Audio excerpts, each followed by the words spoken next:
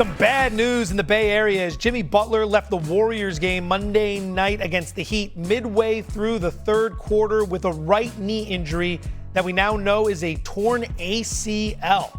Butler was hurt following a collision with the Heat's Davion Mitchell. The injury comes amid a hot streak for the Dubs as they have won 12 of their last 14. Stephen A., the loss of Jimmy Butler, what does that mean for Steph Curry and the Warriors? Devastating. I think it means they go home in the first round. That's just what I see, because the combination of that devastating injury to your second leading scorer, who was a 25-5 player, meaning 20 points, 5 rebounds, 5 assists a game kind of player, that was the secondary offensive option for you. He goes down, and that's a problem because the person you've got to rely on now more so is Jonathan Kuminga, who Shams reported the relationship with him and Steve Kerr is irreparable. It's done. And Kuminga has religiously felt like Steve Kerr didn't have the faith in him necessary. Steve Kerr, obviously has his reasons, and Steve Kerr's one of the great coaches that we've ever seen in NBA history. So for him and Kuminga to be on the outs, where Kuminga, a CC, is averaging just 11 points, down from 15 a year ago, 16 a year before, he's going in the opposite direction.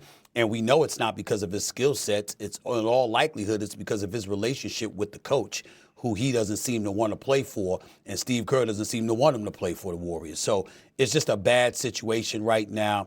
Hell of a thing to happen because Steph Curry is averaging 27 a game, still a babyface assassin, still looking absolutely sensational, but very, very, very minimal help offensively. And when you scour the Western Conference with OKC, Denver, Minnesota, San Antonio, LA, and it's just too much for the Golden State Warriors to overcome without the services of Jimmy Butler. They make the playoffs in all likelihood still, might squeeze in there, if not the play-in, but after that, they're going home.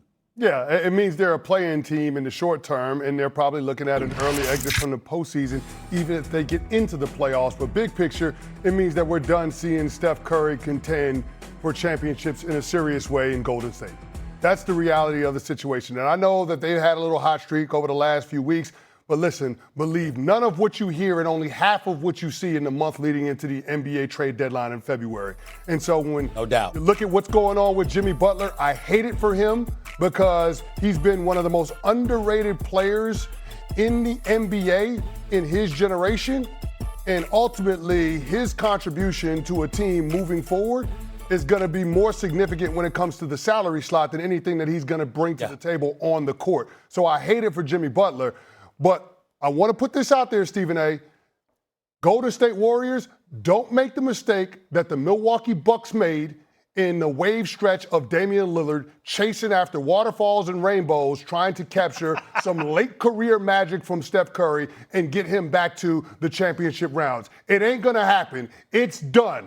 The Golden State Warriors dynasty, as we know it, with Steph, Draymond, and Steve Kerr, is over with. Oh, all right. It's done. All right. You got to be so emphatic about it. Yes. There are a lot of good people out there in the Bay Area. Yes. He's telling, as presently constructed, he's telling the truth. He's telling the truth. All right. Nicely done. It was. There's some good pop there. Well, Steph is one of my favorites. Steph. We do have games, but we'll get to that. Fun day yesterday. Celtics, Pistons. Pistons beating Boston, third straight win, 104-103. Cade, 16-14. Jalen Duren, 18-9. Tobias Harris with 25 points on this one.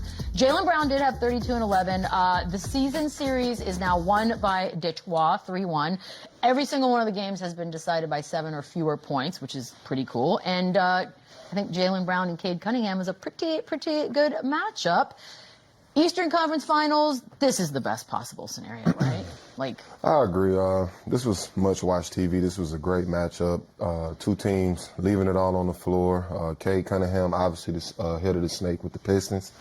Jaylen Brown leading this Celtics group, both playing high-level basketball. It was a battle down to the wire. The best team came out on top. But I could definitely see this being an Eastern Conference matchup later on in the year, and I think it'll be must-watch TV. Yeah, and I think this is huge just from Detroit to be able to handle them 3-1 in the series. Obviously, they're 4 or 5, 6 games up on them right now, but they would obviously get the tiebreaker, and this would be an awesome series. It feels like a throwback type situation where it's going to be physical, it's going to be games, and I feel like in the 90s or maybe even the 80s in the playoffs where everything's half court, it's tough. This is an awesome matchup, and I do think the way the season's going for the Knicks and the Cavs up and downs, we're probably looking at the Eastern Conference Finals right here. Yeah, I like this matchup, and I look forward to seeing it happen in the playoffs. I hope it happens because both of these teams have attitude to the max. Oh, yeah. From the coaches to the players to the fan bases to the cities. I love everything about this. I really hope we get more basketball from these two teams. This is going to be a good one. Okay, we'll get to that. Duran All-Star Reserve lock. Yay, nay? Absolutely. Absolutely. Across the board. Nobody's got 18, it. 11, efficient, monster. 1,000%. He's 22 years old. I do That now. man right do there is now, thank 22 you. years old. That's crazy. Oh, you should see this video. I saw a video of him in high school, bro. He looked like that. Like he is just a man-child. Thank you. 22 years old. He's only going to continue to get better. JB Bickerstaff is the perfect coach for him to continue to expand his game, but he knows his game. You don't have to throw him the ball. They never call plays for him. He is just a junkyard dog, works hard, catches lobs, offensive rebounds. He's an absolute stud, and he knows his role as a big, which is huge at 22 years old. I mean, even to piggyback off of that, you talk about the attributes he has as a player. Everything you just mentioned, facts. But the fact that he can play with the ball in his hands, he can create his own offense, he can put the ball on the floor, he can even shoot it a little bit. So this kid has a lot of potential. He's not a finished product, but man, his future is really, really bright. Is there a better big man in the East? I'm thinking as I ask the question. In the East? Yeah. His name would be Giannis.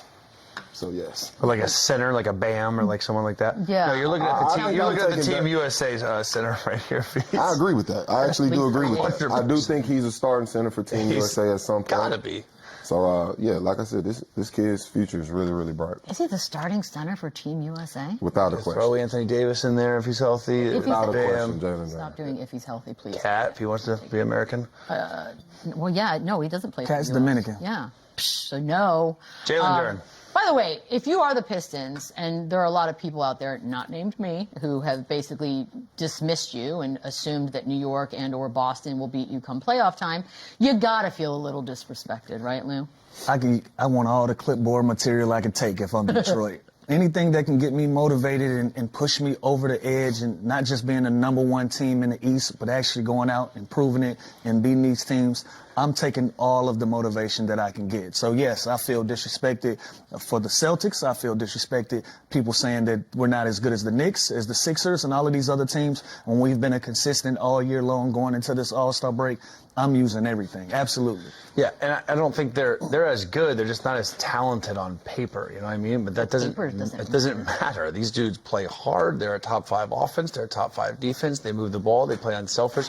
They're so well coached, and they're going to outwork you and outplay you. And as we know in the NBA, that's going to get you some games, especially in the playoffs where there's less possessions and they play slower and they're bogged down. The Pistons have the advantage in the half court against any team in the league. How have we not learned our lesson? Like, we literally did this with OKC.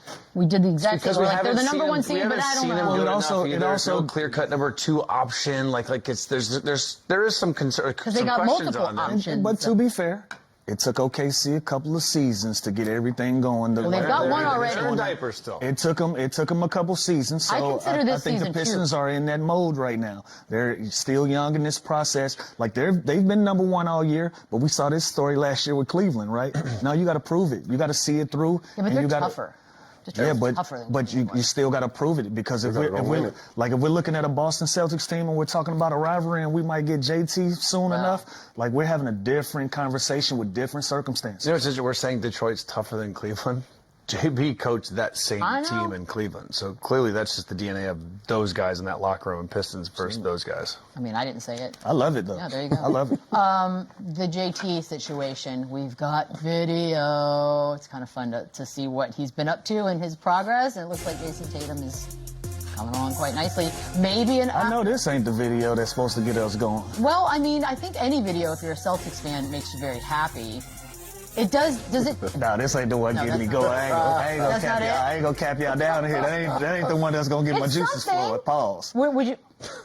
What would you like to see? So wait, so that doesn't do anything as far as like his return and stuff? No, I've seen better rehab videos. The last one was I've seen fine. better rehab The last videos one from was- Jason Tatum than that. Well, don't yell at me. I didn't put the video together. Yeah, I want to see him on the rim. I want to see him making dynamic moves to the basket. I'm cool on the behind the back Yeah, pass. that was some shooting better around work. basketball. So yeah, I'm cool on that one. Like a little warm up. Yeah, that one didn't do So it then they're for not me. going to be. I will say, as a team, though, it's good to continue to see his progression. putting and to stuff out. Yeah, exactly. Continue to see him. I'm sure he's still sitting in on the film sessions and in the team meetings, and he's very much involved.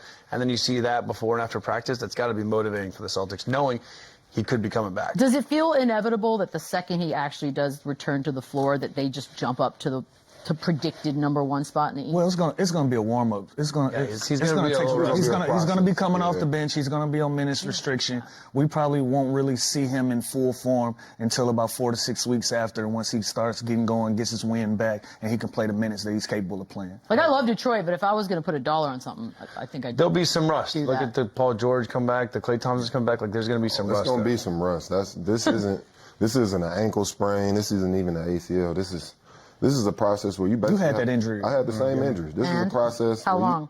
It took me a year. So this is a process where you literally have to learn how to walk all over again. So to think this is something where he just jumps back out there and he goes to average 30, that's not how it works. It's definitely going to be a process. It's definitely going to be a ramp up period. And, you know, it's no doubt in my mind he's starting off with a minute restriction. So Oh, for sure. I can't sit here and say, yeah, the Celtics are going to jump up to.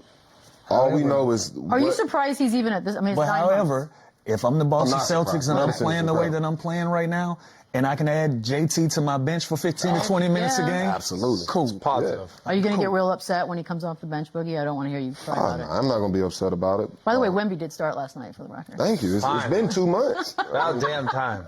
I got real happy when I saw that. We did have.